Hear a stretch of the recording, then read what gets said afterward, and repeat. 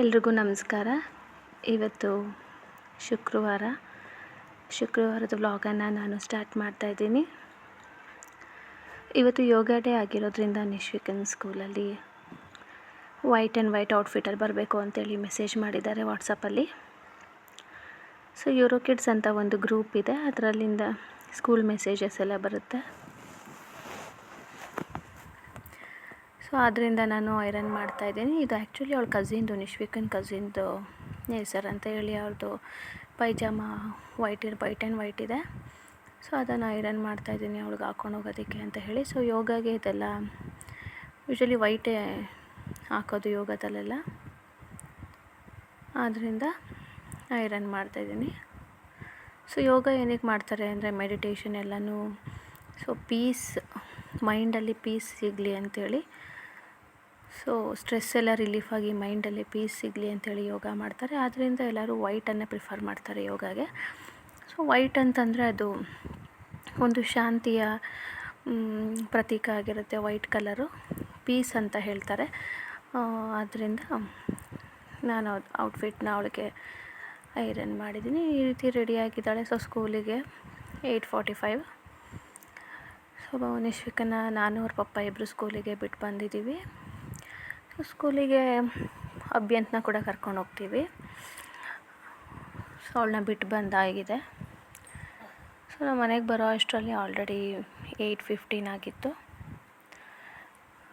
ಅಭ್ಯಂತಕ್ಕೆ ಒಂದು ಸ್ವಲ್ಪ ಊಟ ಮಾಡಿಸಿ ಈಗ ಪೂಜೆ ಮಾಡ್ತಾಯಿದ್ದೀನಿ. ಪೂಜೆ ಮಾಡೋಕ್ಕೆ ಸ್ಟಾರ್ಟ್ ಮಾಡ್ತೀನಿ. ಆಲ್ರೆಡಿ ರಾಖಿ ದೀಪ ಹಚ್ಚಿದ್ರು ನಾನು, ಹಾಗೂ ಶುಕ್ರವಾರ ಆಗಿರೋದ್ರಿಂದ ಸೊ ಕಡ್ಡಿ ಬೆಳಗೋಣ ಅಂಥೇಳಿ ಸೊ ಉದ್ಗಡ್ಡಿ ಹಚ್ಕೊಂಡು ಪೂಜೆ ಮಾಡೋದಕ್ಕೆ ಸ್ಟಾರ್ಟ್ ಮಾಡ್ತಾಯಿದ್ದೀನಿ.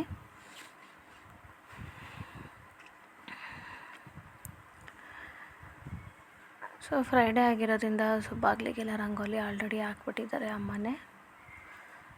ಇಲ್ಲ ಅಂದಿದ್ರೆ ನಾನು ಹಾಕ್ತಾಯಿದ್ದೆ. ಸೊ ಎಲ್ಲ ರೆಡಿ ಆಗಿದೆ. ನಾನು ಕಡ್ಡಿಯನ್ನು ಬೆಳಗ್ಗೆ ಆ್ಯಸ್ ಯೂಶ್ವಲ್ ಹನುಮಾನ್ ಚಾಲೀಸವನ್ನು ಓದಿ ಅವತ್ತಿನ ಪೂಜೆನ ಮುಗಿಸ್ತೀನಿ. ಸೊ ರಂಗೋಲಿ ಎಲ್ಲ ಆಲ್ರೆಡಿ ಹಾಕಿದ್ರಲ್ವ ಅವನ ಅಭ್ಯಂತೆಲ್ಲ, ಅಲ್ಲಿ ಕಾಣಿಸ್ತಾ ಇರ್ಬೋದು ನಿಮಗೆ. ಹೂವು ಎಲ್ಲ ಕಿತ್ತಾಕ್ಬಿಟ್ಟಿದ್ದಾನೆ, ರೋಸ್ ಪೆಟಲ್ಸ್ ಎಲ್ಲನೂ. ಹಂಗೆ ಆಟ ಅದು ಹೂವನ್ನೆಲ್ಲ ಕಿತ್ತು ಎಸೆಯೋದು. ಸೊ ಅಲ್ಲಿ ಹೊಸ್ಲು ಮೇಲಿರೋ ರಂಗೋಲಿ ಹಾಗೆ ಬಿಟ್ಟಿದ್ದಾನೆ, ಆದರೆ ಕಲ್ಲ ಮೇಲಿರೋವಂಥ ರಂಗೋಲಿನೆಲ್ಲ ಅಳಿಸ್ಬಿಟ್ಟು ಹೂವನ್ನೆಲ್ಲ ಕಿತ್ತು ಎಸ್ಬಿಟ್ಟಿದೆ ಮಗು. ಸೊ ಯೂಶ್ವಲಿ 4 ಕಡ್ಡಿ ತಗೋತೀವಿ, 2 ತುಳಸಿ ಗಿಡಕ್ಕೆ ಸಿಕ್ಸೋದು, ಇನ್ನೆರಡು ಕಡ್ಡಿನ ದೇವ್ರ ಮನೆಯಲ್ಲಿ ಸಿಕ್ಸೋ ಅಂಥದ್ದು. ಸೊ ನಾನು ಸುಗಂಧ ಕೂಡ ಹಚ್ತೀನಿ ಟ್ಯೂಸ್ಡೇ, ಫ್ರೈಡೇ ಮತ್ತು ಸ್ಯಾಟರ್ಡೇ. ಸೊ ಅದನ್ನು ಹಚ್ಚೋ ಅಂಥದ್ದು ವ್ಲಾಗ್ ಇನ್ನೊಂದು ದಿವಸ ಮಾಡಾಕ್ತೀನಿ. ಸೊ ಅದು ಹಚ್ಚಿದ್ರೆ ಒಳ್ಳೆಯದು. ಅದು ಮಂಗಳವಾರ ಶುಕ್ರವಾರ ಅಲ್ಲಿ ರೂಢಿ ಇತ್ತು ನಮ್ಮ ಅಜ್ಜಿ ಮನೇಲಿ. ಆ ರೀತಿ ನಮ್ಮ ಅಜ್ಜಿ ಯೂಸಲಿ ಹಚ್ತಾಯಿದ್ರು ಮಂಗಳವಾರ ಶುಕ್ರವಾರ ಎಲ್ಲನೂ. ಸೊ ನಂಗೆ ಅದೇ ರೂಢಿ, ಅಲ್ಲಿ ನೋಡಿ ಅದೇ ಅಭ್ಯಾಸ.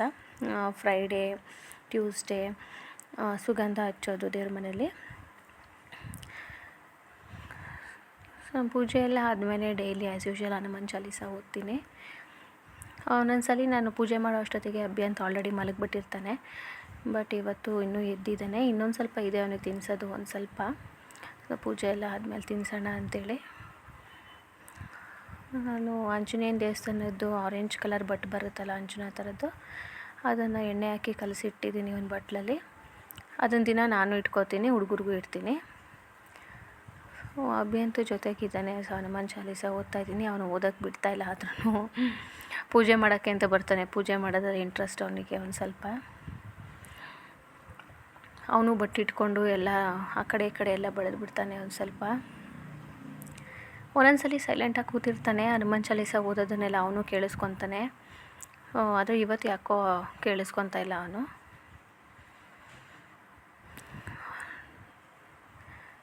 ನೋಡ್ತಾ ಇದ್ದಾನೆ.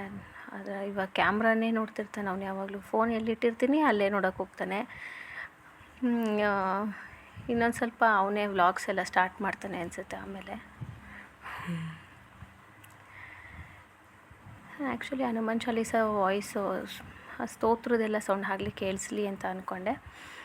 ಬಟ್ ಇವನು ಓಡೋಗ್ತಾ ಇದ್ನಲ್ಲ ಅಲ್ಲಿ ಇಲ್ಲಿ, ಆದ್ದರಿಂದ ವಾಯ್ಸ್ ಓವರ್ ಕೊಡ್ತಾಯಿದ್ದೀನಿ. ಸೊ ನೆಕ್ಸ್ಟ್ ವ್ಲಾಗ್ ಮಾಡಬೇಕಾದ್ರೆ ನಾನು ಹನುಮಾನ್ ಚಾಲೀಸನ ಆ ಸ್ತೋತ್ರವನ್ನು ಹಾಗೇ ವಾಯ್ಸ್ ಕೊಡೋಣ ಅಂತ ಅಂದ್ಕೊಂಡಿದ್ದೀನಿ. ಸೊ ಆ ಸ್ತೋತ್ರ ಎಲ್ಲರೂ ಕೇಳಿಸ್ಕೊಬೋದು ಅಂತ ಹೇಳಿ.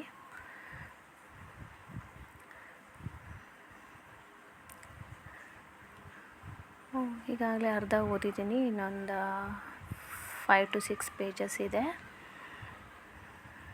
ಅದನ್ನು ನಾನು ಅದು ಫಾಸ್ಟಾಗಿ ಓದ್ತಾಯಿದ್ದೀನಿ. ಅದು ಇವನು ಕ್ಯಾಮ್ರಾ ಹತ್ರ ಬರ್ತಾಯಿದ್ದಾನೆ ನೋಡಿ. ಓಕೆ, ಅವ್ರ ಅಜ್ಜಿ ಹತ್ರ ಬಿಟ್ಬಿಟ್ಟೆ ಅವನ್ನ. ಇವಾಗ ಒಂದು 3-4 ಪೇಜಸ್ ಇದೆ ಫ್ರೆಂಡ್ಸ್. ಅದನ್ನೆಲ್ಲ ಹನುಮಾನ್ ಚಾಲೀಸನ ಓದಿ ಮುಗಿಸ್ಬಿಟ್ಟು ಇನ್ನು ಅಡುಗೆಗೆ ಸ್ಟಾರ್ಟ್ ಮಾಡೋಣ ಅಂದ್ಕೊಂಡಿದ್ದೀನಿ. ಸೊ ಹನುಮಾನ್ ಚಾಲೀಸ ಓದೋದ್ರಿಂದ ಅದು ತುಂಬ ಒಳ್ಳೆಯ ಅಭ್ಯಾಸ. ಯೂಶ್ವಲಿ ನಾನು ಫಸ್ಟು ನನ್ನ ಫ್ರೆಂಡ್ ಒಬ್ಬಳು ಇದ್ಲು, ಅಪೂರ್ವ ಅಂತ. ಅವಳು ಸ್ಯಾಟರ್ಡೆ ಮತ್ತು ಟ್ಯೂಸ್ಡೇ ಹನುಮಾನ್ ಚಾಲೀಸ ಓದ್ತಾಯಿದ್ಲು. ಅದಾದ ನಂತರ ನಾನು ಫಸ್ಟಿಂದನೂ ಹನುಮಾನ್ ಡಿವಾಟಿ, ಅಂದರೆ ಹನುಮಾನ್ ಚಾಲೀಸನ ನಂತರ ನಾನು ಓದೋದಕ್ಕೆ ಸ್ಟಾರ್ಟ್ ಮಾಡಿದೆ. ನೋಡಿ ಇಲ್ಲಿ ಊದುಗಡ್ಡೆ ಎಲ್ಲ ಬೀಳಿಸ್ಬಿಟ್ಟಿದ್ದಾನೆ. ಸೊ ಅದನ್ನೆಲ್ಲ ಎತ್ತಿಟ್ಟಾಯಿತು.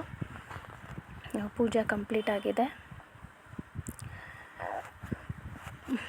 ನೆಕ್ಸ್ಟ್ ಇವಾಗ ಅಡುಗೆ ಮಾಡೋದಕ್ಕೆ ಹೋಗ್ತೀನಿ. ಸೊ ಅದು ಕ್ಯಾಮ್ರಾನೇ ಮುಟ್ತಿರ್ತಾರೆ ಅವನು ಯಾವಾಗಲೂ. Phone stand selfie stick usually ನಾನು ಯೂಸ್ ಮಾಡ್ತೀನಿ ವ್ಲಾಗಿಂಗಿಗೆಲ್ಲ. ಫಸ್ಟ್ ಅಂದರೆ ಒಂದು ಸ್ಟ್ಯಾಂಡ್ ಯೂಸ್ ಮಾಡ್ತಿದ್ದೆ, ಅದು ಜಾಸ್ತಿ ಸ್ಪೇಸ್ ಆಕ್ಯುಪೈ ಮಾಡುತ್ತೆ ಅಂದ್ಬಿಟ್ಟು ಇವಾಗ ಸೆಲ್ಫಿ ಸ್ಟಿಕ್ ಯೂಸ್ ಮಾಡ್ತಿದ್ದೀನಿ. ಸೊ ಅದನ್ನೇ ಅವನು ಎತ್ಕೊಳಕ್ಕೆ ಬರ್ತಾಯಿರ್ತಾನೆ ಯಾವಾಗ್ಲೂ. ನೋಡಿ ಕಡಲೆಕಾಳು ನೆನೆಸಿಟ್ಟಿದ್ದಾರೆ ಅಮ್ಮ. ಆಲ್ರೆಡಿ ಕಡಲೆಕಾಳೆಲ್ಲ ನೆನೆಸಿದ್ದಾರೆ. ಮತ್ತು ನಾನು ಪೂಜೆ ಮಾಡಿ ಬರೋ ಅಷ್ಟರಲ್ಲಿ ಸಾಂಬಾರಿಗೆಲ್ಲ ರೆಡಿ ಮಾಡಿ ಇಟ್ಬಿಟ್ಟಿದ್ದಾರೆ. ಸೊ ನಾನು ಇನ್ನೇನು ಸಾಂಬಾರು ಮಾಡೋದಷ್ಟೇ. ಕಡಲೆಕಾಳು ಹುಳಿ ಸಾರು, ಅದಕ್ಕೆ ಒಂದು ಆಲೂಗೆಡ್ಡೆ 1.5 ಅಷ್ಟು ಆಲೂಗೆಡ್ಡೆ ದೊಡ್ಡದಿದೆ, ಅದನ್ನೇ ಕಟ್ ಮಾಡಿ ಹಾಕ್ತೀನಿ. ಸೊ ಆ್ಯಸ್ ಯೂಶ್ವಲ್ ಹುಳಿ ಸಾಂಬಾರು ನಾನು ಆಲ್ರೆಡಿ ಎಷ್ಟೊಂದು ಸತಿ ವ್ಲಾಗ್ಸಿಗೆಲ್ಲ ಅಪ್ಡೇಟ್ ಮಾಡಿದ್ದೀನಿ. ಕಾಯಿ ತುರಿ, ಟೊಮೆಟೊ, ಈರುಳ್ಳಿ, ಬೆಳ್ಳುಳ್ಳಿ, ಕೊತ್ತಂಬರಿ ಹಾಗೂ ಸಾಂಬಾರು ಪುಡಿ ಇದಿಷ್ಟನ್ನು ಹಾಕಿ ರುಬ್ಬಿ, ಮತ್ತು ನಾವು ಕಾಳಿಗೆ ಒಗ್ಗರಣೆ ಹಾಕಿರ್ತೀನಲ್ಲ ಕುಕ್ಕರಲ್ಲಿ, ಅದಕ್ಕೆ ಇದನ್ನು ರುಬ್ಬಿರೋಂಥ ಮಿಶ್ರಣ ಹಾಕಿ ಎಷ್ಟು ಬೇಕು ಅಷ್ಟು ನೀರು ಹಾಕ್ಕೊಂಡು ಕೂಗ್ಸೋ ಅಂಥದ್ದು. ಸೊ ಹುಳಿ ಸಾಂಬಾರು ನನಗೆ ತುಂಬ ಬೇಗನೆ ಆಗುತ್ತೆ ಯೂಶ್ವಲಿ. ಅದರಲ್ಲಿ ಇವತ್ತೆಲ್ಲ ರೆಡಿಯಾಗಿದೆ ಐಟಮ್ಸ್ ಎಲ್ಲ, ಇನ್ನೂ ತುಂಬಾ ಬೇಗ ಆಗುತ್ತೆ.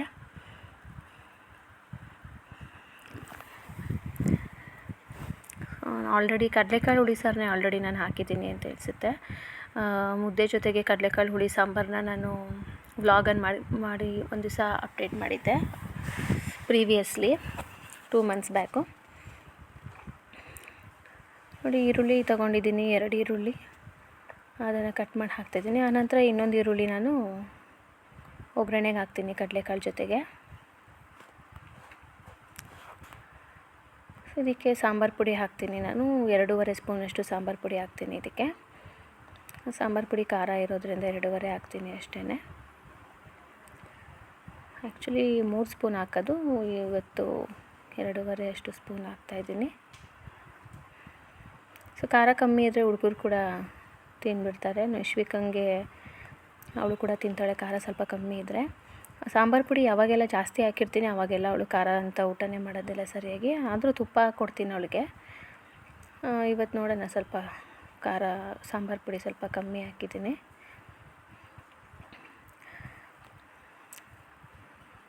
ಇದನ್ನು ನೀಟಾಗಿ ರುಬ್ಕೊಬೇಕಾಗತ್ತೆ. ಹುಳಿ ಸಾಂಬಾರು ಪುಡಿನ ರುಬ್ಕೊತೀನಿ ನಾನು. ತುಂಬ ನುಣ್ಣಗೆ ರುಬ್ಬೋದಿಲ್ಲ ನಾನು, ಒಂದು ಸ್ವಲ್ಪ ತರ್ತರಿಯಾಗಿರೋ ಥರ ರುಬ್ಕೊತೀನಿ ಸಾಂಬಾರಿಗೆ. ಅವಾಗದು ಸಾಂಬಾರು ಚೆನ್ನಾಗಾಗುತ್ತೆ. ಆವಾಗ ಸ್ವಲ್ಪ ತರ್ತರಿಯಾಗಿ ರುಬ್ಬಿ ಅದನ್ನು ಚೆನ್ನಾಗಿ ಕುದಿಸಿದ್ರೆ ಸಾಂಬಾರು ತುಂಬ ಚೆನ್ನಾಗಾಗುತ್ತೆ ಟೇಸ್ಟಿಯಾಗಿ. ಜಾಸ್ತಿ ನುಣ್ಣಗೆ ಮಾಡಿದ್ರೆ ಅದು ಅಷ್ಟೊಂದು ಚೆನ್ನಾಗಿ ಅನಿಸಲ್ಲ ನನಗೆ. ಸೊ ಅದರಿಂದ ಸ್ವಲ್ಪ ತರ್ತರಿಯಾಗಿ ರುಬ್ಕೊತಾ ಇದ್ದೀನಿ. ಆದರೆ ಕೆಲವರು ಫೈನ್ ಪೇಸ್ಟ್ ಮಾಡ್ತಾರೆ ಸಾಂಬಾರಿಗೆ. ಈ ಉಪ್ಸಾರೆಲ್ಲ ಕೆಲವರು ತುಂಬ ಫೈನ್ ಪೇಸ್ಟ್ ಮಾಡ್ಕೋತಾರೆ. ನಾನ್ ವೆಜ್ ಸಾಂಬಾರು ಆಗಿರ್ಬೋದು, ಉಪ್ಸಾರು ಆಗಿರ್ಬೋದು, ಫೈನ್ ಪೇಸ್ಟನ್ನಾಗಿ ಮಾಡಿ ಸಾಂಬಾರಿಗೆ ಹಾಕ್ಕೋತಾರೆ. ಒಬ್ಬೊಬ್ಬರು ಮನೇಲಿ ಒಂದೊಂಥರ ಸಾಂಬಾರಿಗೆ ರುಬ್ಕೋತಾರೆ ಯೂಶ್ವಲಿ. ಬಟ್ ನಾನು ತರ್ತರಿಯಾಗಿ ರುಬ್ಕೋತಾ ಇದ್ದೀನಿ. ಈಗ ರೆಡಿಯಾಗಿದೆ ರುಬ್ಬಿರೋ ಅಂಥದ್ದು. ಇನ್ನೇನು ಅದನ್ನು ಕಾಳು ಒಗ್ಗರಣೆಗೆ ಹಾಕ್ಬಿಡ್ತೀನಿ.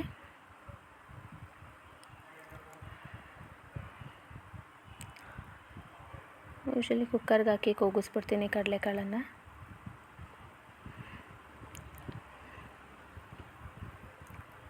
ಈ ಒಂದು ಕುಕ್ಕರಲ್ಲಿ ಕಡಲೆಕಾಳು, ತರಕಾರಿ ಸಾರು ಎಲ್ಲವನ್ನು ಮಾಡೋವಂಥದ್ದು. ಇನ್ನೊಂಚೂರು ದೊಡ್ಡದಿದೆ ಇದಕ್ಕಿಂತ, ಅದರಲ್ಲಿ ನಾನ್ ವೆಜ್ ಸಾಂಬಾರು ಮಾಡೋದು.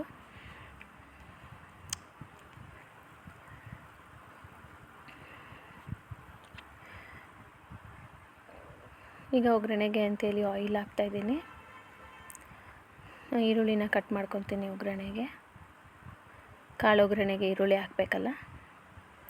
ಸೊ 1.5 ಅಷ್ಟು ಈರುಳ್ಳಿ ಇದೆ ಅಲ್ಲಿ, ಅದನ್ನು ಕಟ್ ಮಾಡಿ ಹಾಕ್ಕೋತೀನಿ. ಇವತ್ತು ಅಡುಗೆ ಮಾಡಬೇಕಾದ್ರೆ ಅಬ್ಬಿ ಅಂತ ಇನ್ನೂ ಬಂದಿಲ್ಲ. ಅಲ್ಲೇ ಹಾಲಲ್ಲಿ ಅವ್ರ ಅಜ್ಜಿ ಜೊತೆಗಿದ್ದಾನೆ. ಸೊ ವ್ಲಾಗಿಂಗ್ ಈಸಿ ಆಗ್ತಿದೆ ಇವತ್ತು.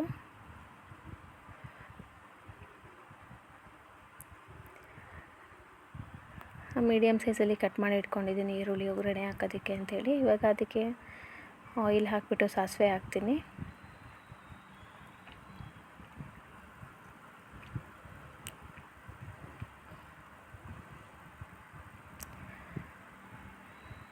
ಒಂದು ಸ್ವಲ್ಪ ನೀರಿದೆ ಕುಕ್ಕರಲ್ಲಿ, ಅದನ್ನು ಬಗ್ಗಿಸ್ಬಿಟ್ಟು ಇವಾಗ ಅದಕ್ಕೆ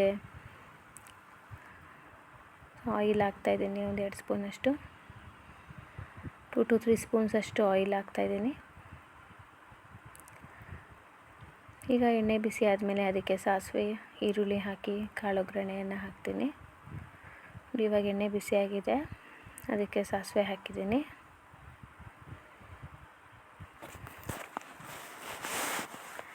ಆನಂತರ ಅದಕ್ಕೆ ಈರುಳ್ಳಿ ಹಾಕ್ತಾಯಿದ್ದೀನಿ. ಕಟ್ ಮಾಡಿ ಇಟ್ಕೊಂಡಿರೋಂಥ ಈರುಳ್ಳಿ, ಅದು ಮೀಡಿಯಮ್ ಪೀಸಸ್ ಆಗಿದೆ.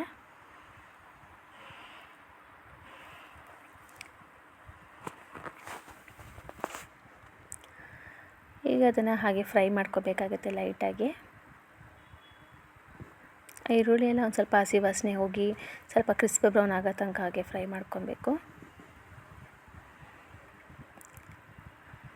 ಅದೊಂದು ಸ್ವಲ್ಪ ಹಾಗೆ ಲೈಟಾಗಿ ಫ್ರೈ ಆಗ್ತಿದ್ದಂಗೆ ಅದಕ್ಕೆ ಕಡಲೆಕಾಳು ಹಾಕ್ತೀನಿ. ಸೊ ಆಲೂಗೆಡ್ಡೆ ನಾನು ಲಾಸ್ಟಲ್ಲಿ ಹಾಕಿದ್ದೀನಿ. ಸೊ ಕುಕ್ಕರ್ ಮುಚ್ಚಾದಮೇಲೆ ತಿರ್ಗಾ ನಾನು ಆಲೂಗೆಡ್ಡೆನ ಇರಿದು ಕಟ್ ಮಾಡಿ ಲಾಸ್ಟಲ್ಲಿ ಆಲೂಗೆಡ್ಡೆನ ಹಾಕಿದ್ದೀನಿ.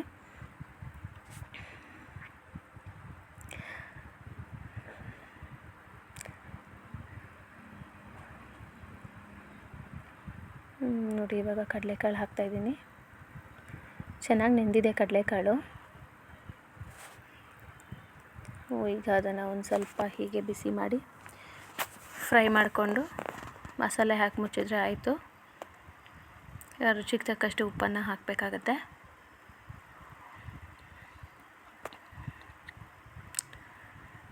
ಈಗ ಒಂದು ಸ್ವಲ್ಪ ಸಾಲ್ಟನ್ನು ಹಾಕಿರ್ತೀನಿ. ನಾನು ಆಮೇಲೆ ಮಿಕ್ಸ್ ಮಾಡಬೇಕಾದ್ರೆ ಇನ್ನೊಂದ್ಸಲ ಸಾಲ್ಟ್ ಹಾಕಿ ಟೇಸ್ಟ್ ನೋಡಿ ಆಮೇಲೆ ಕುಕ್ಕರ್ ಮುಚ್ಚಳನ ಮುಚ್ತೀನಿ. ಆಲ್ರೆಡಿ ಮನೇಲಿ ಜ್ಯೋತಿ ಎಲ್ಲ ಕೆಲಸ ಮುಗಿಸ್ಬಿಟ್ಟು ಹೋಗಿದ್ದಾರೆ, ಕಸ ಗುಡಿಸಿನೆಲ್ಲ ಒರೆಸಿ. ಅದರಿಂದ ಇವತ್ತೆಲ್ಲ ಕ್ಲೀನಾಗಿ ಕಾಣ್ತಿದೆ. ಸೊ ನಿಶ್ವಿಕಾ ಬಂದಮೇಲೆ ಆ್ಯಸ್ ಯೂಶುವಲ್ ಒಂದು ಸ್ವಲ್ಪ ಎಲ್ಲ ಅಂಟ್ತಾಳೆ ಆಟ ಸಾಮಾನುಗಳು. ಇವಾಗೆಲ್ಲ ಕ್ಲೀನಾಗಿ ಕಾಣ್ತಾ ಇದೆ.